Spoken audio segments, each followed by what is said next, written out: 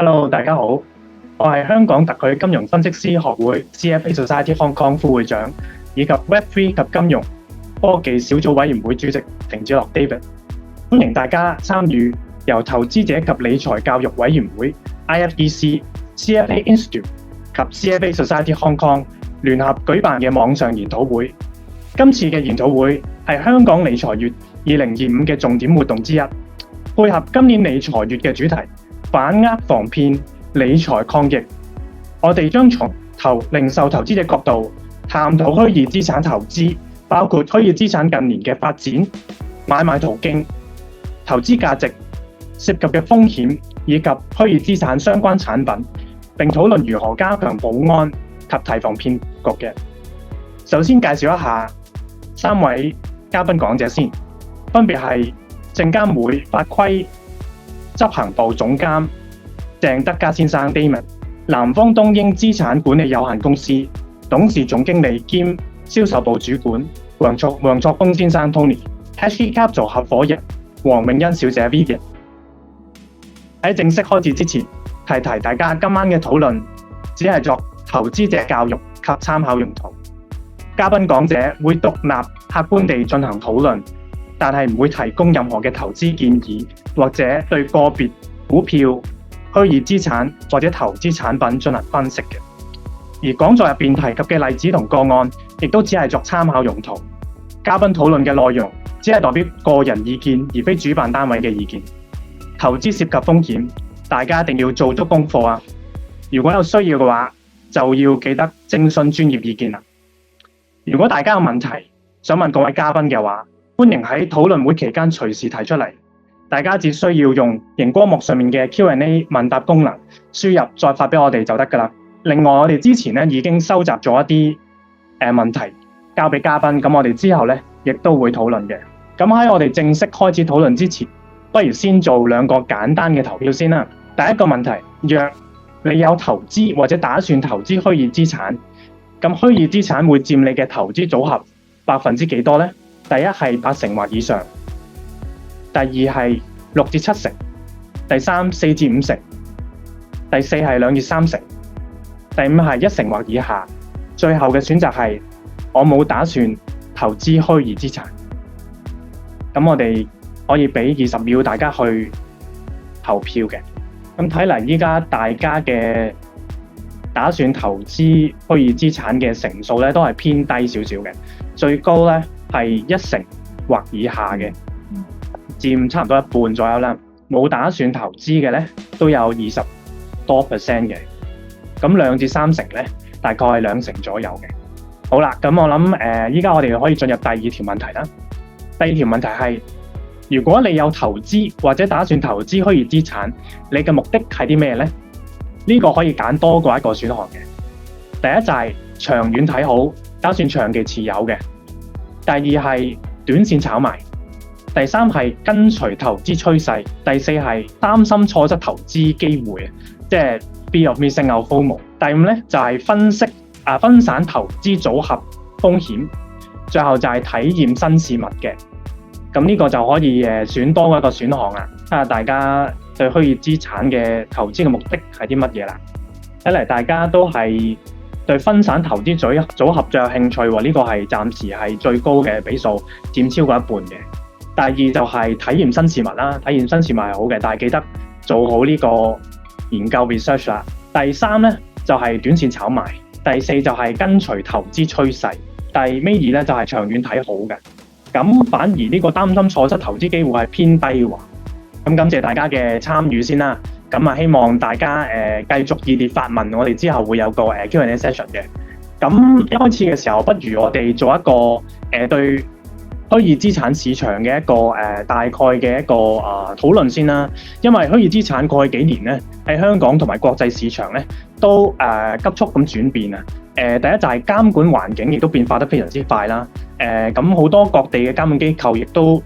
制定一啲新嘅法規，市場咧亦都開始慢慢咁清晰同埋規範化。咁第二就係個市場日漸成熟，好多新產品同埋交易平台都會出現，一個交易嘅門檻咧就更加低啦。第三就我哋呢個虛擬資產嘅技術應用亦都越嚟越多，越嚟越快。最後咧，大家都知道可能比特幣價格咧曾經係創出新高啦，咁令到大家亦都留意呢一類嘅資產喎。咁不如我哋問下 Tony 先啦。咁因為最近好多虛擬資產嘅 ETF 啦，比特幣現貨 ETF 啦，有期貨 ETF。咁其實風險同埋回報上有咩分別咧？同埋對比傳統 ETF 有咩分別咧？咁都可以講解下就首先南方東英啦，我哋係香港一個主要嘅 ETF 發行商啦。咁而亦都係我哋都好榮幸地喺都之後有一個傳統嘅資產管理公司，亦都推出咗虛擬資產相關類別嘅產品。咁喺兩者，譬如嘅現貨同期貨最主要分別咧，其實在於就話底層資產嗰個分別啦。咁包括就話我哋喺包括係整嘅 ETF 嘅時候啦，包括就係投資者面對嘅風險嘅選擇亦都係一啲唔同嘅。咁首先講下期貨嘅好處啦，就係包括就話，因為我哋係追蹤CME 即係芝加哥交易所、商交所嘅期貨。咁用期貨好處就係話，第一將個中間嗰個我哋叫做交易對手風險係減到最低嘅，即係包括就係話會唔會係面對一啲其他嘅喺個現貨嗰個比特幣交易，甚至乎嗰個幣嘅交易嘅時候，中間會出個錯漏啊咁啦。咁但係我哋而家面對緊嘅就係一個期貨嘅交易所啦。咁所以嗰個認識度係較為高嘅。咁當時我哋喺香港推出嘅時候咧，亦都係考慮到呢一點啦，就話投資者究竟去買入甚至乎投資呢個虛擬資產類別嘅時候，究竟要捕捉啲乜嘢咧？咁我哋當時咧就係覺得係投資者係要先去啱正如頭先嗰個 polling 所講啦，就係話係想接受新事物或者想認識一個新嘅資產類別嘅時候，咁就會睇到，咦，其實係想捕捉價格嘅升跌。咁正正咧，期貨 ETF 咧就做到呢一個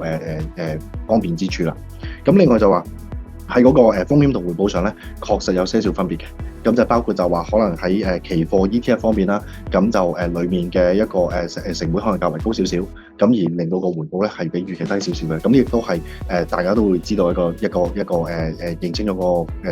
個成本咯。咁至於就話喺同直接投資虛擬資產方面個分別就係在於就話 ETF 本身就係喺香港交易所上市啦，咁亦都係受唔同嘅監管機構監管啦。咁最方便嘅就係當然你可以就話用你而家嘅股票戶口，就連證券啊、證券商嘅戶口啊，或者銀行嘅交易戶口咧，已經可以做到個買賣交易。咁呢個係方便咗好多人可能首次接觸虛擬資產嘅時候，都係覺得哎呀可能會喺唔同地方又要開其他嘅戶口，省卻咗一啲少少嘅麻煩，或者方便咗投資者啦。咁第二就係話，最主要佢哋可以就話用翻自己本身平時管理自己投資資產裏邊嘅戶口去做一個部署咯。咁我諗簡單啲講咧，就話期貨同埋現貨 ETF 各有各嘅好處。咁就但係就要睇下投資者究竟屬於揾一樣適合自己嘅 ETF 去做一個部署啦。咁我知道HK 都有出一啲虛擬資產嘅 ETF， 唔知 Vivian 對呢一個有冇咩補充？其實都好同意Tony 所講嘅嘢嘅。咁其實我會覺得啦，其實各有千秋，因為其實亦都適合咗唔同嘅投資者。例如虛擬貨幣現貨嘅 ETF 咧，其實較為適合直接想參與虛擬貨幣價格嘅變動嘅投資者嘅。個原因因為佢直接跟蹤個指數。咁啱啱 Tony 亦都講咗啦，其實因為如果期貨嘅 ETF 咧，就變相嚟講，其實會有一啲可能係期貨嘅逆差啊，或者甚至乎係一啲折價，咁會令到嗰個同現貨嘅價格會有啲相對比係有啲好大嘅 difference 嘅。咁所以變相嚟講咧，我哋會覺得較為適合一啲想做波段操作嘅一啲投資者。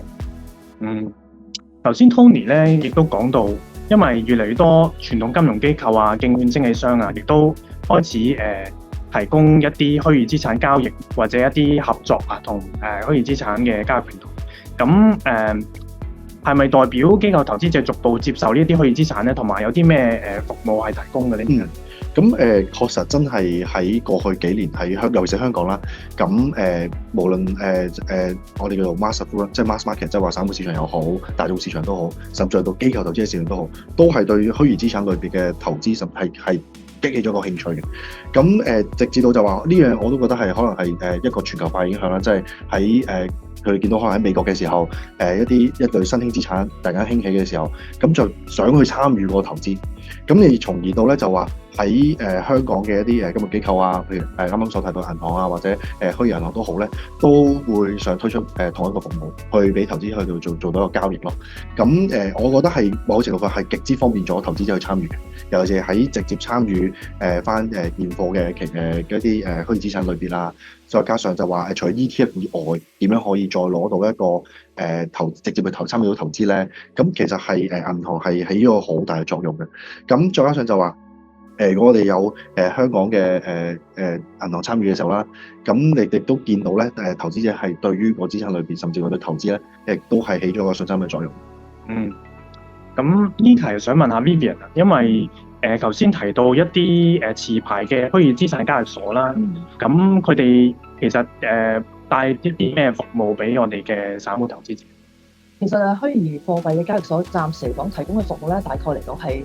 我哋會有現貨嘅交易啦，亦都有現貨嘅虛擬資產嘅託管嘅。咁近期咧，我哋亦都可以做一個分銷嘅。分銷嘅作用係在於啲咩嘢咧？就係話我哋可以喺我哋交易所個平台上邊，如果有一啲例如一啲係 STO 咁樣，咁我哋亦都可以作出一個分銷嘅。咁零售投資者係咪買到嘅虛擬資產係咪會同機構投資者換？暫時嚟講咧，零售嘅投資者咧就暫時我哋攞到審批啦，大概嚟講係有4個嘅幣種可以作出呢個虛擬資產嘅購買嘅。咁4個幣種，一個就係比特幣啦，另一個係以太幣啦，第3個可能大家冇乜認識，係一個叫雪崩協議，叫做Avalanche。咁 Avalanche 其實係一個高效能嘅區塊鏈嘅中心嚟嘅，咁佢採用咗好獨特嘅講緊嘅係用3種唔同嘅架構去3種唔同嘅鏈嘅架構啦，佢主打係話好快速嘅交易，低費用。同埋話高擴展性嘅，咁佢幫手去做翻兼容翻以太坊嘅生態嘅。咁另外一個咧就叫 Chainlink 係一個智慧型嘅合約啦，咁就提供咗鏈外嘅一啲真實數據嘅。咁所以暫時嚟講咧，散戶投資者咧就可以交易4種幣種。咁如果而家講緊嘅機構投資者即係 professional investors 啦，應該大概27種左右。咁都幾有分別喎。咁你提到一啲呢啲幣種啦，咁可能我哋大部分人聽過比特幣啦，咁除咗呢個數位大家叫做數位黃金之外，嘅一個咁嘅稱呼啦，咁但係有咩實際嘅應用嘅咧？呢啲咁嘅虛擬資產其實虛擬資產嘅應用咧，咁好多大家會諗下去中心化，即係其實英文叫做 decentralized finance，我哋又簡稱為 DeFi 啦。咁 DeFi 其實係透過智能合約啦，提供翻一啲金融服務俾大家嘅。咁就係無需要中間嗰層，就係傳統銀行或者係中介機構啦。咁例如我哋有啲咩做法咧，就係話例如我哋會係一借貸嘅協議啦，我哋等啲投資者可以抵押佢哋虛擬貨幣資產去做一借貸或者係帶嚟利息嘅。咁另外其實諗下另外一方面，大家成日都傾下咩叫穩定幣。咁其實穩定幣咧已經係成為咗虛擬資產嘅生態圈裏邊好重要嘅一環。咁我哋亦都因為用咗穩定幣啦，咁就可以降低翻個跨境嘅支付嘅成本。咁相對於傳統銀行嘅系統嚟講咧，穩定幣嘅轉帳嘅成本又低啦，又快捷多少少。咁我哋不如轉一轉話題，去監管環境方面去 discuss 一下啦。咁不如問下 Damon， 我哋依家香港虛擬資產嘅監管制度可唔可以簡介？可以。證監會監管虛擬資產交易平台嗰個制度，其實同傳統金融機構嗰個監管嘅制度其實原則上都係一樣嘅。咁主要都係分發牌啦、持續監察同埋執法3個方面嘅。咁第一喺發牌方面咧，咁證監會係有一個虛擬資產交易平台嘅發牌嘅制度。咁至於係要令到證監會信納呢個平台係適當嘅人選，咁就可以就可以獲得個牌照㗎啦。咁而成功嘅申請人咧係需要證明咧佢嘅網絡安全啦、保管客戶資產、認識你嘅客戶即係 KYC 打擊洗黑錢或者一啲違規嘅活動啦、會計風險管理、避免利益衝突等等各方面。如果係有一個適當嘅內部嘅政策同埋一啲監控嘅措施嘅話咧，咁申請人先至可以係獲得證監會發呢個牌照嘅，咁就都唔係容易一回事。咁第二咧，咁就有個持續嘅監察啦。咁你發咗呢個牌照之後咧，咁證監會仍然都會係持續去監察嗰個平台嗰個營運嘅，咁以確保咧佢係符合翻監管嘅規定啦。咁例如咁，我哋會係審閱佢哋平台定期向會定期提交嘅財務嘅報表啦。咁從呢啲報表，我哋可以睇到佢哋嘅財務狀況啦。咁第三咧，咁我哋咧亦都會係會一個執法嘅行動嘅嚇。咁如果我哋發現一啲持牌嘅平台，佢哋嘅財務狀況或者係啲產品嘅發布係有一啲具失實嘅一啲嘅資訊嘅話嚇，或者係發現一啲詐騙啊或者其他不當嘅行為咧，咁如果我哋有足夠嘅證據，咁證監會都會採取適當嘅行動，咁包括係檢控一啲違規嘅人士啦，或者係對證監會持牌人咧係作出一個紀律嘅處分。咁我哋見到依家好多攞咗牌嘅平台，有好多無牌嘅平台，又有啲海外有牌，可能本地冇牌。咁呢啲有乜分別咧？用邊啲係安全定係有乜風險嘅咧？係，咁正如頭先所講啦，咁證監會喺發牌啦、持續監察同埋執法三個方面咧係監管有牌嘅平台。咁所以投資者喺持牌嘅平台上邊去買賣虛擬資產咧係較有嘅保障啦。咁證監會亦都規定咧係持牌嘅平台係設有一啲保險同埋一啲補償嘅安排嘅。咁例如平台係遭到黑客嘅攻擊嘅事件，咁係要提供一啲適當嘅程度嘅保障。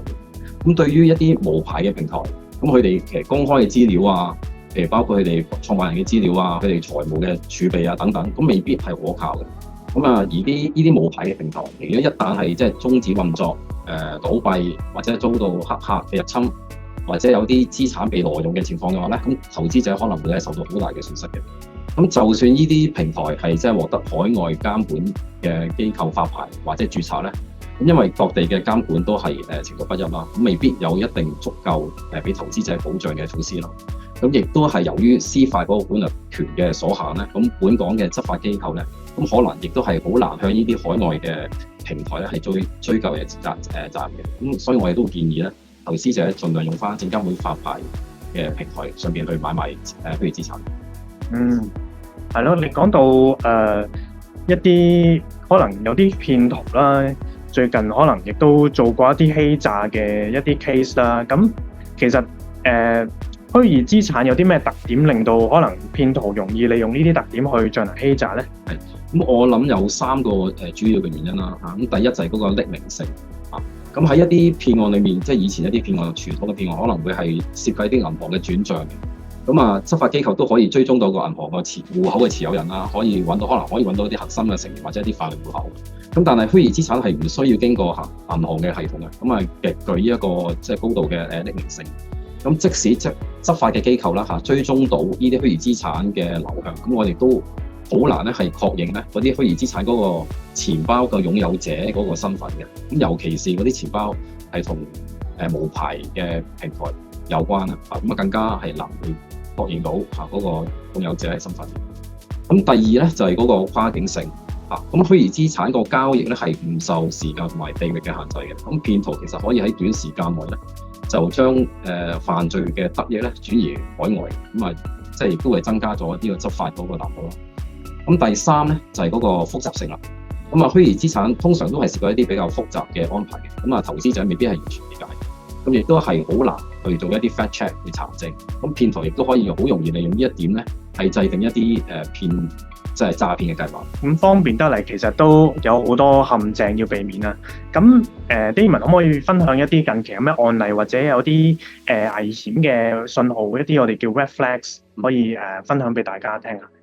係咁我留意到有3種比較常見嘅即係詐騙嘅手法啦嚇。咁第一就係騙徒咧係會冒認一啲持牌或者係出名嘅交易嘅平台咧，又或者訛稱佢哋自己嗰個平台已經係獲得呢個牌照㗎啦。咁我今日都做咗少少統計嚇。咁我哋喺翻我哋證監會可疑虛擬資產交易平台嘅警示名單裏面咧，咁係而家係有超過40個可疑嘅平台嘅。咁其中都有12個係冒充緊香港持牌嘅交易平台啦。咁亦有11個咧係話，即係嗰啲可疑交易平台話訛稱自己係有獲得相關嘅牌照，或者係受海外嘅監管。咁呢個以上就係第一種比較常見嘅手法啦。咁第二咧就係啲騙徒都會利用係社交媒體啦，同時或者係啲通訊嘅軟件去接觸一啲投資者嘅。咁為咗獲得投資者嘅信任咧，咁騙徒可能會邀請一啲名人啊、網紅啊，或者係一啲所謂嘅專家咧，去推廣佢哋嘅產品同埋平台。咁啊，就算係即係朋友介紹又好，或者有啲名人網紅即係加持都好啦嚇。咁因為佢哋都可能會係被利用，所以大家都要即係要小心佢喺度做呢個 fact check。咁第三種嘅手法就係即係同傳統一樣㗎啦嚇，都係騙徒都會用一啲好到係難以置信係賺錢嘅機會去吸引投資者嘅。咁例如就係好高嘅回報，但係好低嘅風險，或者冇風險咁樣可以吸引投資者咯。咁所以但係即係都建議翻投資者喺即係投資之前要做功課。咁真係要做多啲 research 啦。講起 research 咧，不如我哋翻去點樣去分析一啲我虛擬資產啊？因為虛擬資產同可能股票唔同啦，佢係冇現金流。咁Vivian 可唔可以分享一啲指標或者分析框架俾我哋嘅聽眾睇下點樣可以分析呢一啲資產？其實咧，我自己咧就覺得虛擬資產同傳統嘅一啲資產，例如股票啊、債券，其實咧有相同嘅方法去做一個分析嘅。咁我會大概嚟講翻係大概5個範疇左右啦。咁第一個範疇就睇下佢嘅供應同埋佢嘅稀釋嘅性嘅分析，即係例如睇下佢哋供應量同埋佢哋嘅流通供應量係大概幾多嘅。作個例子啊，比特幣裏邊咧總共supply 咧就大概有2100萬個枚。咁咧佢哋其實稀釋度咧就代表咗佢哋點解可以成為一個虛擬資產嘅數字黃金。咁另一方面咧就係一個存儲同埋一個持有嘅情況。咁我哋其實會長期咁觀察翻佢哋嘅持有者，睇下佢哋同短期持有者嘅行為。咁亦都會睇下按佢哋比例去睇下長期持有者其實顯示到佢哋對市場嘅信心。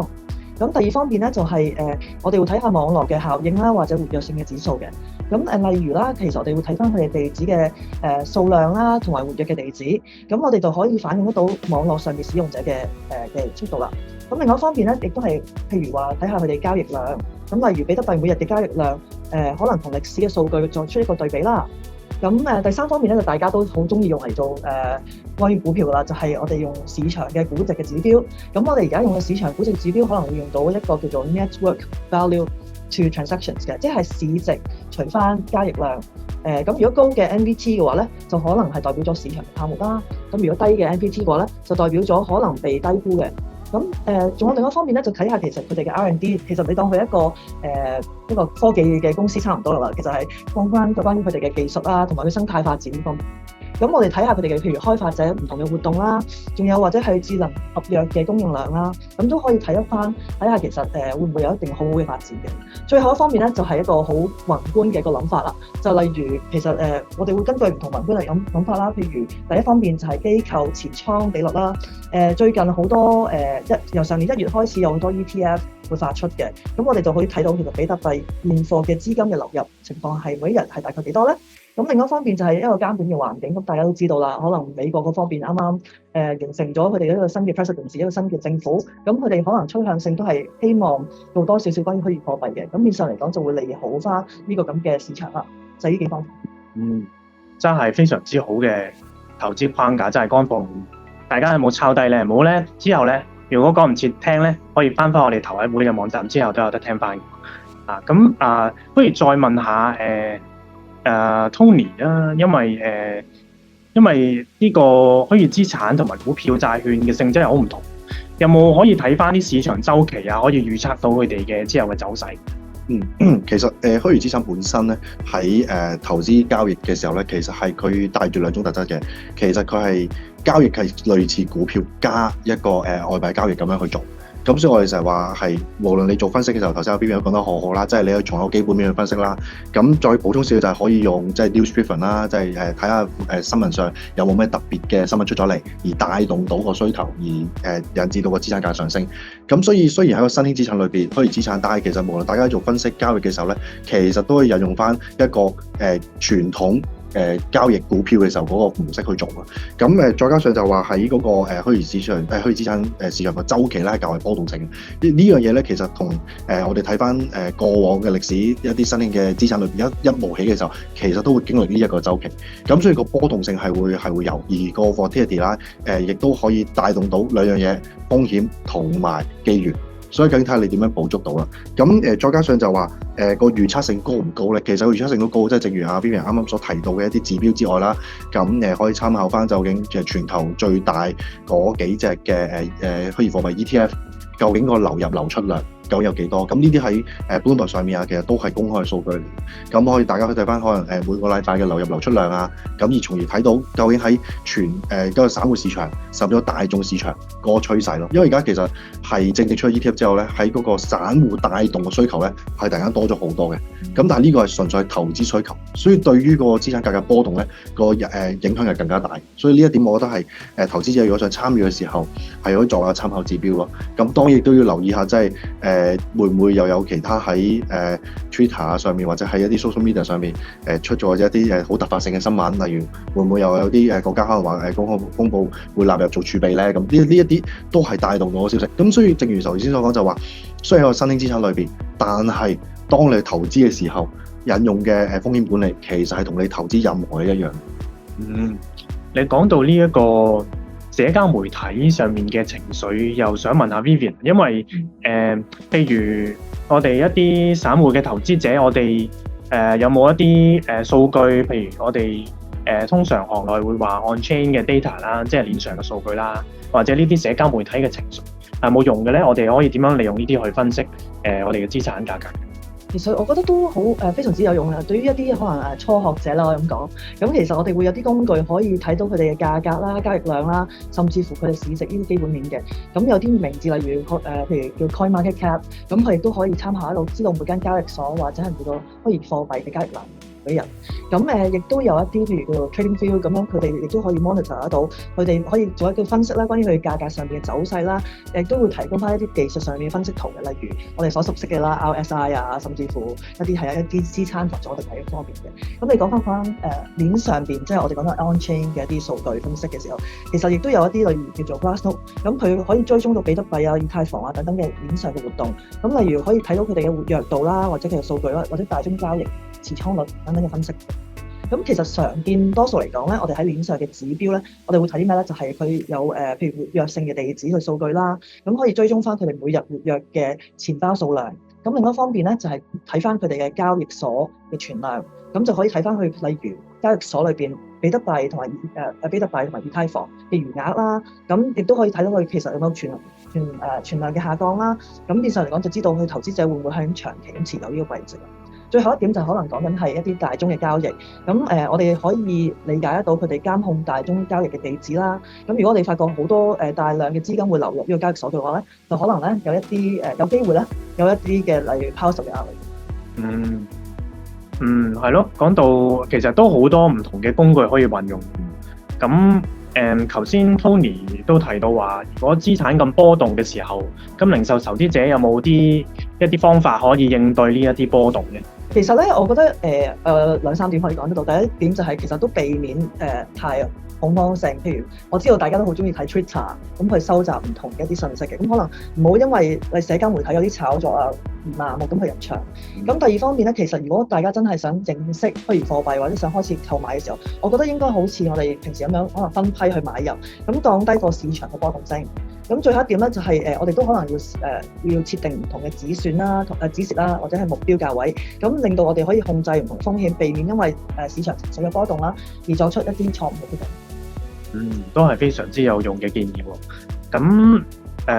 你見到，因為你可能都有時候同機構投資者同埋散戶去接觸啦，咁佢哋對投資虛擬資產有冇咩分別嘅咧？佢哋嘅心態上？其實當然嚟講，最睇到嘅分別就係佢哋個最低金額方面一定有唔同啦。咁較為咧，其實傳統嘅投資者咧，佢哋較為希望用翻傳統嘅一啲結構喺度做投資嘅。咁所以變相嚟講咧，佢哋就會覺得 ETF 呢樣嘢咧較為好啦。因為咧 ETF 方面咧，嗱如果講現貨基金啱啱所講保護方面啦，咁我哋有適當嘅虛擬貨幣交易平台去買晒保險翻嚟，因為 SFC 我哋嘅監管機構亦都要求我哋買重晒保險嘅。咁但係另外一方面講緊期貨啦，咁啱啱所講咧就係有個 counterparty risk 可以避免得到啦。咁所以變相嚟講，佢哋覺得 ETF 呢樣嘢較為唔當。如果自己開住揸住個自己嘅錢包啦，佢哋會擔心自己嘅私鑰咁會唔見咗，咁所以變相嚟講咧，佢哋多數傾向於咧就係投一啲佢哋自己明白啦，或者甚至乎可以24即係比較常見嘅一啲資產類別啦，即係 ETF。講開 ETF 咧，不如又問下 Tony 啦。ETF 點樣可以幫助零售投資者可以降低佢哋嘅波動性咧？同埋 ETF 喺一個多元化嘅投資組合入邊可以有啲咩角色嘅咧？係，咁其實啱啱都提到啦，即係 ETF 除咗就幫助大家用作為一個部署之外，我哋叫即係喺主要嘅 core portfolio 裏面做到一個盤之外咧，咁其實仲可以利用其他 ETP 系列，即係包括同一反產品，尤其是反向嗰方面啦，就用到反向比特幣期貨咧做翻個對沖嘅。咁所以唔單止就係話你真係一係買入，一係就沽出咁樣，而避免咗嗰個價格波動，反而唔係，反而好多一啲機構投資者或者一啲專業嘅投資者啦，尤其是香港見到近期我哋客戶最多可能係一啲家族辦公室啊，咁佢運用到 ETF 啊 ETP 嘅時候咧，都係會用一個反向咗個部署。咁再加上就話 ETF 可以即係，因為我哋就話主要投資者點解會買 ETF 咧，就係for一個主要係for一個捕捉價格嘅走勢。所以就唔係話可能我攞完實貨之後，會唔會攞嚟第時做一其他投資或者可能做咗跨境轉換咁樣，甚至乎係話會唔會做其他嘅轉換咧？其實係唔會嘅，因為主力咧其實投資者都係攞嚟做一個部署咯。咁其實我哋本身都見到幾多係傳統嘅一啲家族辦公室啦，亦都本身係揸住一啲虛擬資產嘅，咁亦都轉化成一啲咧做咗做 ETF 就投資翻而唔係投資嘅 ETF 添。咁而家我哋睇到就話全球趨勢啦，可能家族辦公室都係一個會係幾大力去投資喺一個虛擬資產裏邊嘅。咁可能而家大約望全球大概一個普通嘅家族基金可能會投資喺大概10至15% 啦。咁其實同頭先嗰個你做個調查其實都差唔多。咁但係當然高少少啦，佢更加專業。咁但係我哋都估計咧，就話未來投資者咧，亦都會向住呢個方向出發啦。即係大概會10至15%喺佢哋自己個主要嘅投資盤裏面會有10至15%嘅比重。咁至於點樣去對沖呢個比重咧，就正可以用到一啲DTP 反向產品就可以做到呢樣嘢啦。咁呢個都係一個幾可以探討嘅一樣嘢喎，因為虛擬資產有咁多工具，有咁多唔同分析嘅方式，咁其實係咪應該歸類為另一種獨立嘅資產類別嘅咧？咁係咪應該再評估下自己係咪應該適合參與呢一啲投資咧？我問 Vivian 先。其實我都覺得其實都係一種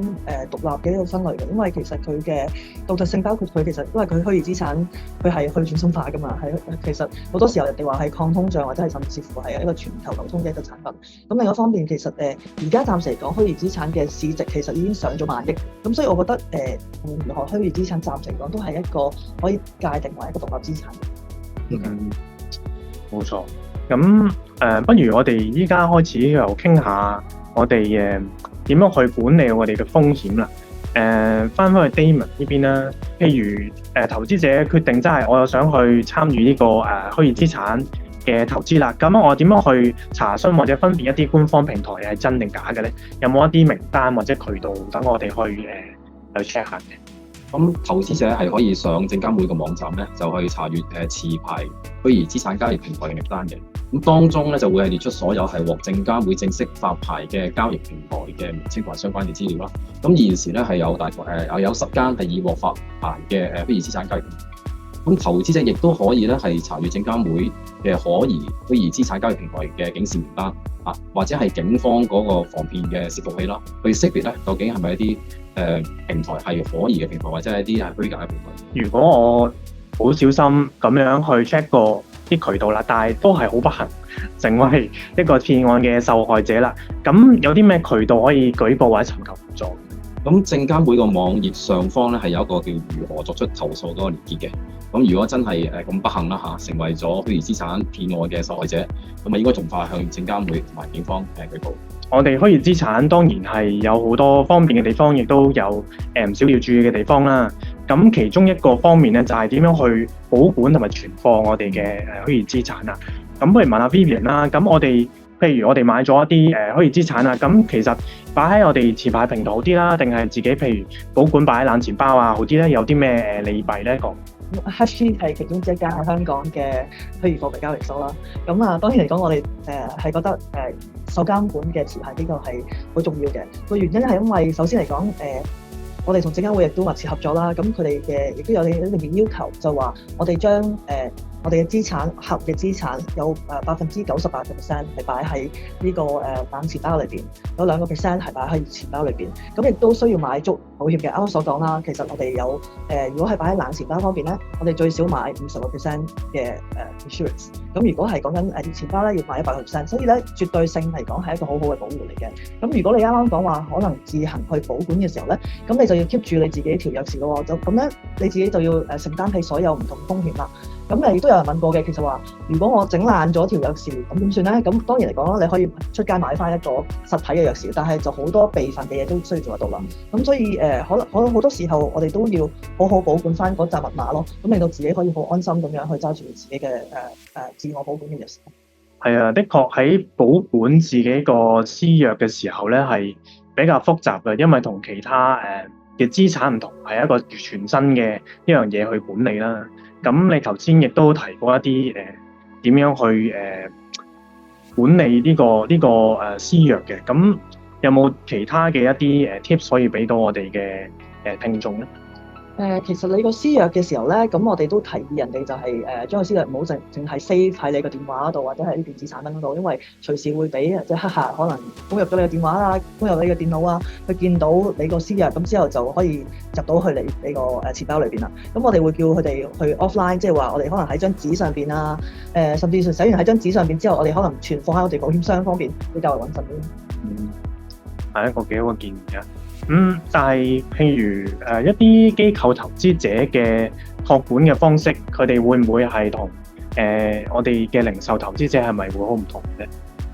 其實機構投資者咧，咁佢哋都會直接揾翻我哋呢啲虛擬貨幣交易平台去做出交易嘅。咁我哋越嚟越多見到趨勢就係佢哋會希望跟我哋合作啦，因為佢覺得持牌機構咁一定有佢哋一定嘅保險嘅機制嘅。咁如果你話類似產業嘅投資者咧，可能佢哋再加多一層，佢就希望可能跟一啲暫時講啲證券商啦去合作啦，因為證券商有一啲咧有一部分咧已經攞咗一個1號牌嘅 uplift， 咁佢可以直接打通咗跟虛擬貨幣平台嚟做咗交易。咁所以變相嚟講咧就好簡單啦，可能佢哋揸住而家現有嘅一啲證券嘅戶口，就可以投資股票、債券，並且可以投資虛擬貨幣。原來係咁。咁譬如好不幸啦，我哋有零售嘅投資者，如果佢哋遺失咗佢哋嘅呢個數碼錢包嘅密碼，好似你頭先講咁，或者自己嘅私鑰，咁就有冇得補救嘅咧？定係已經太遲？如果就係唔見咗私鑰咧，其實就已經係因為去中心化，我哋其實亦都冇可能去復原翻自己個錢包啦。所以我哋都成日都提議會唔會可以用翻一個持牌機構，因為變相嚟講咧，我哋幫你hold 住咗嗰個私鑰嘅 ownership 啦。咁變相嚟講咧，你就可以揾翻我哋，譬如去翻 HK 嘅交易所去令到呢個銀行呢個戶口變翻冇問題啦，變翻 active 翻啦。或者另一方面啱啱所講嘅就係同翻一啲證券行業證券商一齊合作，即係例如你開一個證券戶口，同時間亦都開一個虛擬貨幣戶口。咁變相嚟講咧，你就可以用一個好簡單嘅方法，可以 access 翻你自己嘅戶口。咁譬如我擺咗啲虛擬貨幣喺一啲持牌嘅交易所啦，咁嗰個保險或者補償個機制係點樣嘅咧？其實喺香港係最coverage 係做得最好嘅，即係可能大家都話美國可能發展虛擬貨幣呢方面比我哋做咗好多，但係個問題係佢哋嘅保險或者係佢哋好多間嘅交易所其實並冇買咗保險嘅。咁啱啱所講啦，就係話我哋有兩個唔同嘅機制，第一個機制就係我哋嘅冷錢包，即係 offline 嘅錢包咧，其實咧所有客戶嘅虛擬資產咧都會擺喺嗰度98%嘅。咁另外一方面咧，如果熱錢包咧，淨係2%，點解要約到2%咧？就係因為如果我哋可能有啲費用要安排啊，咁我哋去找數嘅啫。咁啱啱所講話保險方面啊，保險方面我哋買咗50%嘅保險喺我哋嘅虛擬貨幣嘅冷錢包裏邊，買咗100%嘅保險喺我哋嘅虛擬貨幣嘅熱錢包裏邊。咁所以對於投資者嚟講咧，亦都好好嘅保障。咁譬如一啲散戶投資者，佢哋開設一啲戶口嘅時候，呢啲持牌平台有冇一啲機制去做一啲審查，或者去睇下佢哋承唔承受到呢啲風險嘅？其實有好充足嘅機制嘅。咁首先嚟講，我諗每個人開券商戶口嘅時候都要做一張叫做 risk profile questionnaire， 即係話評核下你風險嘅能力嘅一張 questionnaire。咁除此以外，我哋除咗評核你嘅風險能力之外咧，我哋都會有一啲問卷喎，就問翻你究竟對於虛擬貨幣嘅認識係幾多？咁呢樣嘢就可以保證得到，其實你對於虛擬貨幣方面有冇一定嘅認識啦？會唔會知道其實都係聽人哋講，或者甚至乎你承受風險幾大？咁所以我哋呢個 AML 同埋 KYC 咧，其實做得比較上足夠嘅。唔知 Tony 對呢一方面有冇啲咩補充？咁本身即係香港都係十分之好啦，即係無論喺監管方面都保障投資者方面。咁所以就算如果投資者係用券商啦、銀行又好啦，只要係可能交易一啲虛擬資產類別 ETF 嘅時候咧，其實都要做翻一個風險評估嘅。咁亦都要做翻個自我嘅一個審查機制啦，就睇翻究竟適唔適合去交易一個相關資產類別嘅產品咁咯。咁所以淨係呢方面咧，其實監管機構喺把關能力方面都係做得十分之好啦。即係到最主要保障翻投資嘅安全度。即係如果冇相關知識或者咩，去睇一睇先，就熟讀多啲先，之後先參與咯。咁先了解再投資啊嘛。係非常之好。咁我哋個講座咧，大概咧就係去到差唔多嘅時候啦。咁我哋依家咧就可以進入呢個 Q&A 嘅環節咯。咁大家咧，如果有任何嘅問題咧，就可以打入去我哋呢個問問題嘅框框入邊啦，就 send 俾我哋。咁其實我哋之前咧已經亦都收到一啲問題啦。咁我哋睇下咧有冇唔同嘅問題可以收集下先。咁喺度等問題嘅時候咧，不如我哋先問我哋其中一個收集到嘅問題啦。咁第一個就係因為咧好多我哋嘅聽眾咧都好想知道啊，有多啲嘅渠道去獲取有關呢個投資虛擬資產嘅教育資源喎。咁唔知各位有咩唔同嘅一啲渠道可以亦都講咧？不如我哋由 Damon 開始啦。投資者其實係喺香港係可以有好多渠道咧，可以獲取到有關監管啦，或者係教育嘅資訊嘅。咁例如就係投委會個網站啦，咁佢亦都係設有咗一個虛擬資產嘅專頁嘅。咁投委會嘅社交媒體嘅帳號啦，證監會嘅網站、證監會嘅社交媒體嘅帳號咁都係有以上監管或者係教育嘅資訊嘅。咁最近咧，證監亦都係推出咗一個叫咪做水魚嘅反詐騙嘅宣傳活動嘅，咁係特別針對咧數碼平台嘅投資嘅騙局嘅，咁係想提醒大家咧，就係對於即係好到令人難以置信嘅投資機會咧，就要必須保持呢個理智啦，免墮入呢個騙局。咁大家亦都可以 follow 咧水魚嗰個 Instagram 水魚關注組咁獲取最新嘅防騙貼士嘅。Vivian 咧？其實自從 ETF 我哋發行完之後咧，其實我哋都做咗好多唔同嘅宣發嘅。無論係 ETF 嘅一啲發行商啦，甚至乎係一啲我哋講緊嘅第三方，例如講緊嘅係會計師啦，講緊嘅係一啲分析員啦，或者係一啲律師。咁其實有好多免費嘅一啲課程可以提供翻。Tony 咧？即係我哋 regularly 即係都會有update 喺呢個我哋對於即係虛擬資產市場嘅睇法啦。咁我哋一年大概有300幾至400場嘅新聞，亦都係喺公眾可以喺 YouTube 度睇翻都得。咁另外就話，如果真係大家可以睇多啲資訊嘅，即係專業少少嘅咧，就已經過 BB 初學班㗎啦。咁其實喺無論喺 Reuters 或者 Bloomberg 上面咧，其實都有好多相關嘅資料喺度。不過都係嗰句啦，即係先認清楚再投資係好啲。其實我哋嘅 CFA Hong Kong 咧，我哋亦都有CFA 呢個新嘅一個資訊咧，我哋每年咧亦都會擺入我哋嘅讀書嘅物料入邊啊。即係我哋喺度考 CFA 嘅試嘅時候咧，亦都越嚟越多呢啲虛擬資產相關嘅資訊啦。咁如果大家有興趣去考 CFA 嘅咧，亦都可以學到。另外一個問題咧就係依家香港投資虛擬資產嘅話，個市場咧最近有啲咩趨勢係值得留意嘅咧？